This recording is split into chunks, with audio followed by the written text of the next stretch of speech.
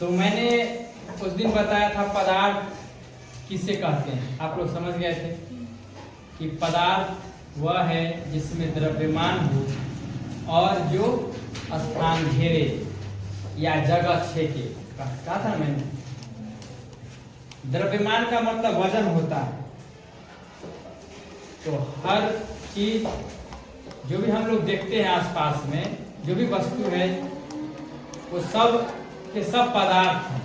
सभी वस्तुएं पदार्थ हैं, लेकिन सभी पदार्थ वस्तु नहीं हो सकती है। वस्तु कुछ होता है, जैसे उसका कुछ काम होता है, किसी पर्पज से बनाया गया है। तो सभी वस्तुएं पदार्थ हैं, लेकिन सभी पदार्थ वस्तुएं नहीं, याद रखना है। द्रव्यमान का मतलब वजन होता है और स्थान तो समझ रहे हैं, स्थान यानी जगह। हवा भी क्या है, पदार्थ है, क्योंकि हवा में भी वजन होता है, हवा में भी द्रव्यमान होता है और हवा जगह भी फेंकता है। पदार्थ को, जैसे मैंने कहा था कि जॉन डाल्टन ने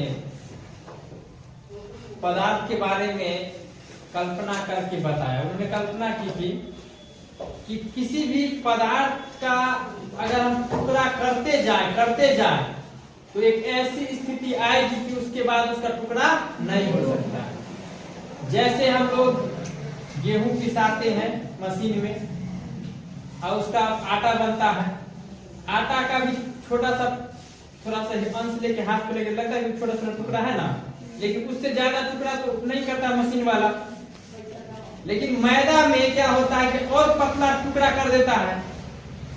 अब सोचिए कि मैदा से भी ज्यादा पतला कर दे कोई ऐसा मशीन, फिर ऐसा पतला कर, इतना पतला कर दे उससे आगे पतला हो ही नहीं पाए। उसी का नाम उसी टुकड़ा का नाम जॉन डाल्टन ने एटम रखा। क्या रखा? एटम। और एटम का मतलब जिसको उसके आगे अब काटा नहीं जा सकता है ना, जो कट गया सो कट गया, उससे आगे काटना संभव नहीं है। तो अनकटेबल, एटम का मीनिंग होता है अनकटेबल, यानी जिसको अब काट नहीं सकते।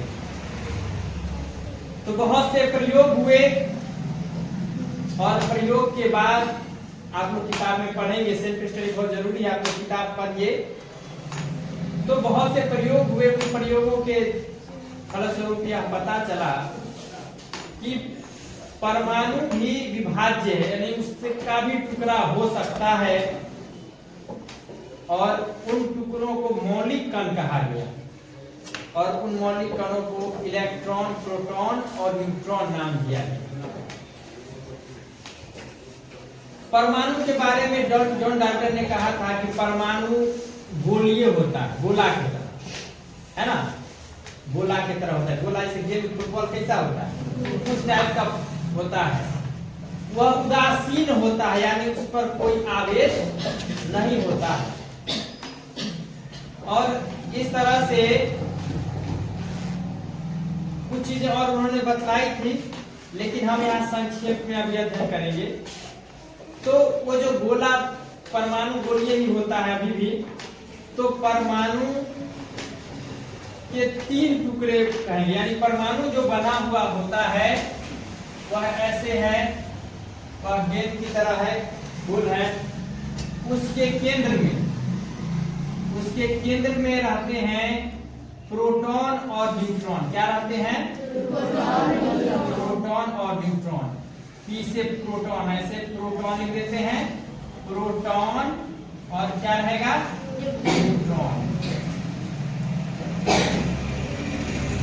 और इस चीज को नाभिक कहा जाता है।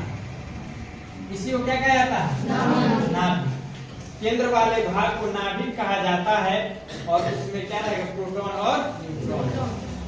जैसे आप लोग लीची खाए होंगे, तो लीची का बीज होता है ना, अब सीजन भी आ गया है लीची का, तो समझिए जो बीज होता है उसी को नाभिक समझ लीजिए। ऐसे ही बहुत बड़ा, वैसे लीची जो होता है उसमें उसका लीची का बीज बड़ा होता है, लेकिन हमको छोटा समझना है। परमाणु में जो नाभिक होता है बहुत छोटा होता है, परमाणु के साइज के मुकाबले नाभिक बहुत छोटा होता है। और उसके चारों ओर इलेक्ट्रॉन चक्कर काटते रहता है। समझ गए ना? चारों ओर क्या रहेगा? इलेक्ट्रॉन चक्कर काटते रहेगा। बहुत छोटा रहता है नाभि, है ना? जैसे मान लीजिए कि एक मकई के दाना के समान रहेगा। मकई का दाना कितना छोटा होता है? लीची मतलब तो बहुत छोटा कहिए, या तोरी का दाना देखे हैं? लीची मान लीजिए, लीची हो गया परमाणु, तो तोरी का दाना उसमें डाल दीजिए, उसके केंद्र में उतना छोटा नाभिक है। कितना छोटा जगह में होगा नाभिक में क्या क्या रहेगा? प्रोटॉन और न्यूट्रॉन।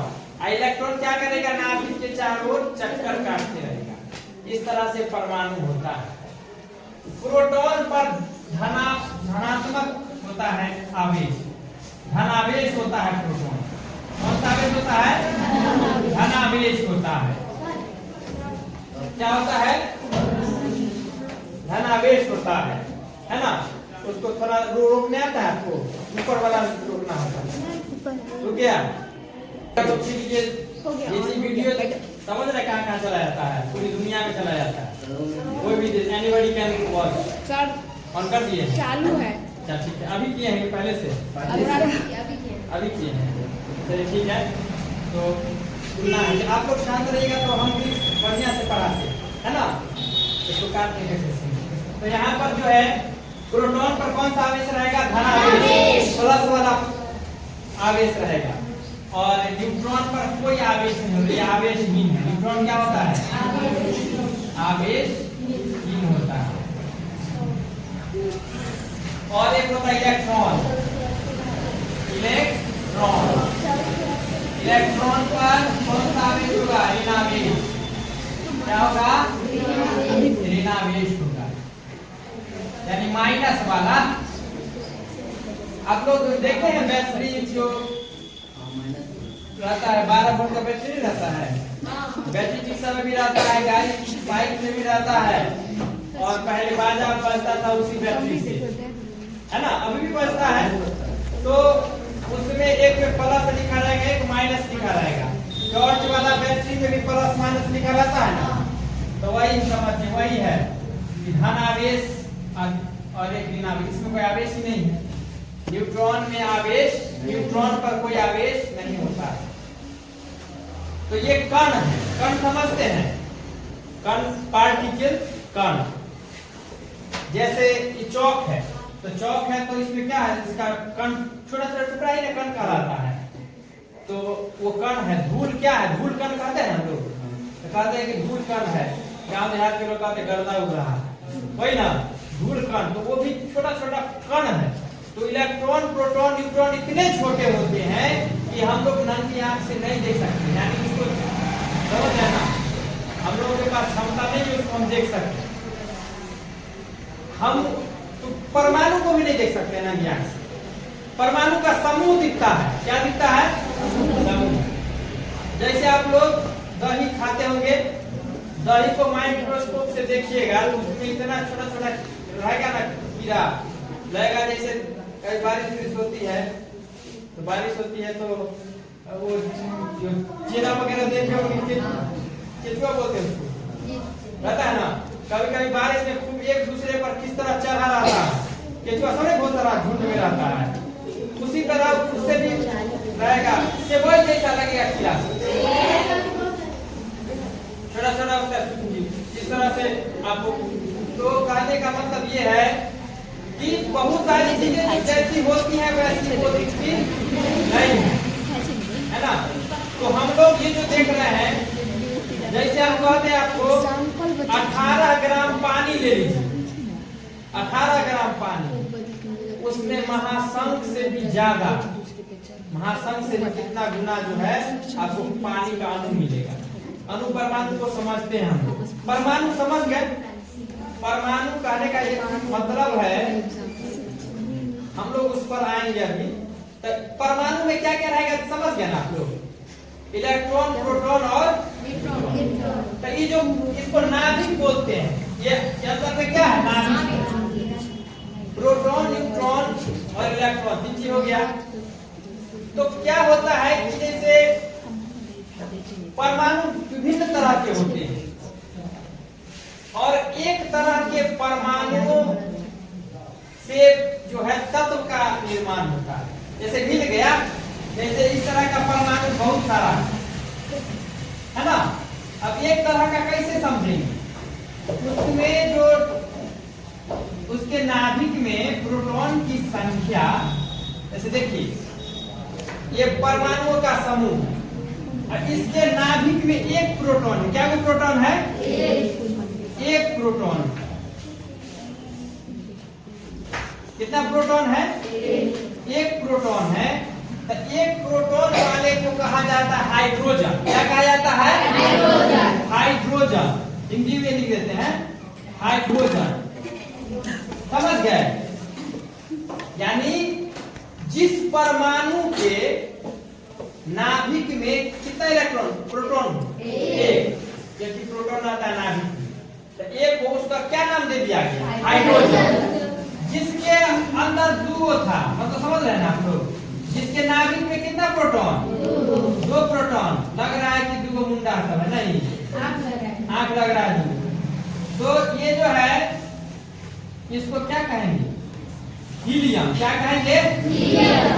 हीलियम। देखो ऐसे लिखा था हीलियम, चेक कर लेना। क्या कहेंगे इसको? हीलियम। इसी तरह जिसके नाभिक में 3 प्रोटॉन है उसका नाम दिया गया लिथियम। क्या नाम दिया गया? लिथियम। तो आप देख रहे हैं नाम कैसे बदल रहा है। जैसे अगर साइकिल है तो 2 चक्का वाला है, कहते हैं ना। मोटरसाइकिल 2 चक्का वाला है, 3 चक्का हुआ तो उसका नाम टेम्पू हो गया, 3 चक्का वाला तो बैटरी रिक्शा हो गया, हुआ ना। 3 चक्का वाला हो गया तो ठेला हो गया, नहीं। और 4 चक्का हुआ तो 4 चक्का वाला जान ही रहे हैं, 4 चक्का बहुत सारा है। उससे ज्यादा हुआ 6 चक्का वाला हो गया। फिर 8 चक्का वाला गाड़ी भी होती है ना, नहीं होती है। और 10 चक्का भी सुनते हैं होता है। तो क्या है कि चक्का की संख्या बढ़ने से गुण में परिवर्तन नहीं हो गया? हुआ कि नहीं हुआ? साइकिल वाला आराम से गिर जाएगा, जरा सा बैलेंस गड़बड़ाया वो पलटी मार देगा, है कि नहीं? 3 चक्का वाला भी पलटी मारता है खूब, बैटरी से वाला देखना उलट जाता है, ज्यादा उलट जाता है। लेकिन 4 चक्का वाला कम उलटता है, बहुत गलत तरीके से चलाता है अगर गाड़ी का भी एक्सीडेंट होता है, ये बात है। नहीं तो उससे गिरने का चांस कम होता है। तो गुण सब का पता कि नहीं? अब साइकिल पर कोई भैंस को ले जाएगा उसके लिए पिकअप चाहिए, नहीं चाहिए पिकअप। बालू लोड करके लाना है कहीं से, तब साइकिल पर लोड करके लाएगा तो घर बना पाएगा? लाते लाते उसका टाइम बर्बाद हो जाएगा। तो तब देख रहे हैं तो चक्का की संख्या बढ़ने से गुण बदला कि नहीं बदला? चक्का की संख्या बदल जाएगी तो क्या गाड़ी का गुण बदल गया? उसी तरह कि प्रोटॉन की संख्या बदलने से इसका भी गुण बदल गया। क्या समझे? इसका भी गुण बदला। तो इस तरह से इसका नाम हाइड्रोजन हो गया, इसका नाम हीलियम हो गया, है ना। और फिर इस तरह से तत्वों की संख्या जो है वो बढ़कर कुल मिला के अभी कितने तत्व है पता है? खोज और आविष्कार में फर्क है, ध्यान दीजिएगा आप लोग। खोज और आविष्कार में फर्क है।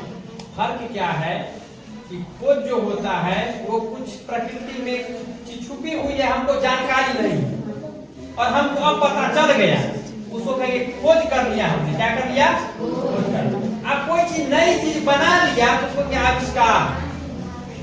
वो क्या है? आविष्कार। अब जैसे साइकिल क्या है? साइकिल आविष्कार है। मोटरसाइकिल क्या है? आविष्कार है।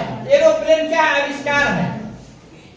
लेकिन न्यूटन का जो कहते हैं कि गति का नियम, गुरुत्वाकर्षण का नियम ऐसे गया दिया गया, तो ये सब जो है ये सब नियम, ये सब खोज है। ये क्या है? डिस्कवरी है ना। इसको कहते हैं डिस्कवरी, इन्वेंशन। आविष्कार को अंग्रेजी में इन्वेंशन बोलते हैं।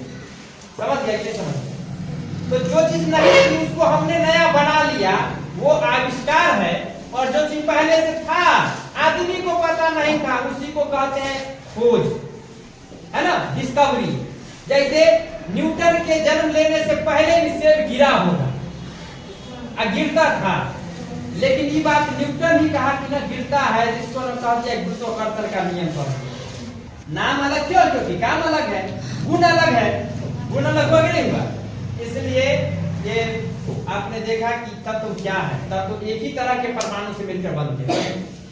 तत्व का निर्माण कैसे होता है? एक ही तरह के परमाणुओं से मिलकर बनते हैं। मतलब क्या कि एक प्रकार का तत्व हम उठा लेंगे ना, तो उसके जितने भी परमाणु होंगे उसके केंद्र में प्रोटॉन की संख्या सेम हो। अगर 10 है तो 10 से होगा सब में, तब उसको कहेंगे कि इस तत्व का है। जैसे सोडियम परमाणु अगर लेंगे, सोडियम एक तत्व है और सोडियम तत्व के परमाणु में जो नाभिक होगा उस नाभिक में प्रोटॉन की संख्या 11 ही होगी। प्रोटॉन की संख्या कितनी होगी? 11, है ना। मैग्नीशियम तत्व लेंगे तो उसके परमाणु के नाभिक में कितने होंगे? 12। कितने प्रोटॉन होंगे? 12। समझ गए? और आगे हम फिर बताएंगे अणु के बारे में, और उसके बाद फिर और भी चीजें होंगी फिर दूसरे क्लास बंद कर देंगे।